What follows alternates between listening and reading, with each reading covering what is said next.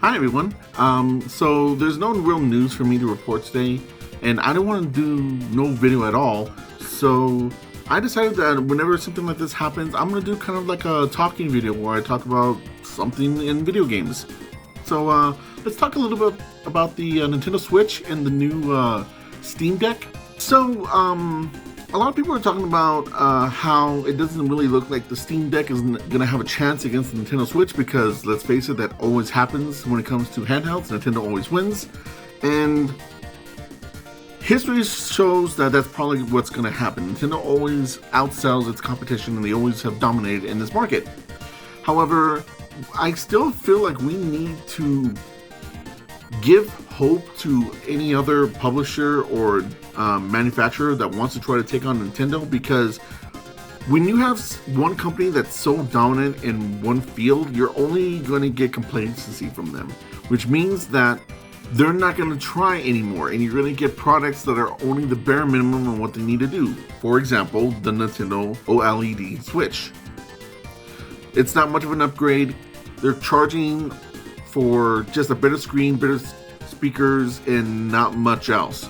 I still feel like the Steam Deck is competitive with a price point of $400 when the Switch is $350 now. It really could be even cheaper than that, quite frankly. But it should also be noted that, quite frankly, for someone who's more of a hardcore gamer like myself, something like the Steam Deck is a lot more appealing to me than the Switch is, because Nintendo is not giving me what I want. A lot of people say that the OLED model is not really for the hardcore gamer, and they're correct. But the problem is that Nintendo doesn't have a model that's for the hardcore gamer. They keep on giving to the casual. The Switch Lite is for casuals. The normal Switch is for casuals. Even this OLED model is for casuals.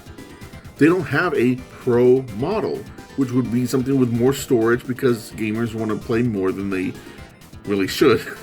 And other features like a real D-pad or a clearer screen, or even just slightly better hardware inside there.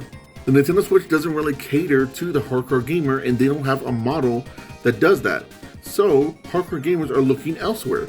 There is a need in this market that Nintendo is not fulfilling.